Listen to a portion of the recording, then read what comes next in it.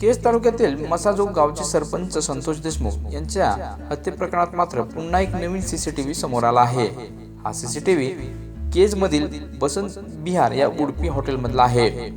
9 डिसेंबरला संतोष देशमुख यांची हत्या करण्यात आली होती।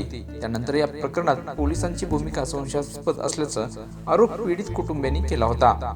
त्यामुळे याची दखल घेत पोलीस उपनिरीक्षक राजेश पाटील यांचे 4 दिवसापूर्वीच निलंबन करण्यात आलं होतं।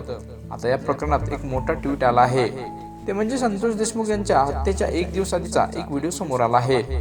या व्हिडिओमध्ये PSI राजेश पाटील आणि या प्रकरणातील आरोपी सुदर्शन घोले हे केज शहरातील बसवंत विहार उडपी हॉटेलमध्ये भेटल्याचं दिसत आहे। विशेष म्हणजे यावेळी संतोष देशमुख यांचे भाऊ धनंजय देशमुख हा देखील या व्हिडिओमध्ये दिसत आहे। मसाजोग येथील संतोष देशमुख हत्ये प्रकरणात PSI राजेश पाटील आणि आरोपी सुदर्शन घोले यांचं केज शहरातील बसंत विहार या उडपी हॉटेलमधला सीसीटीव्ही आता समोर आल्यानंतर आता या दुसरा सीसीटीव्ही देखील समोर आला आहे, ज्यामध्ये PSI राजेश पाटील आणि आरोपी सुदर्शन घोले देखील दिसत आहे।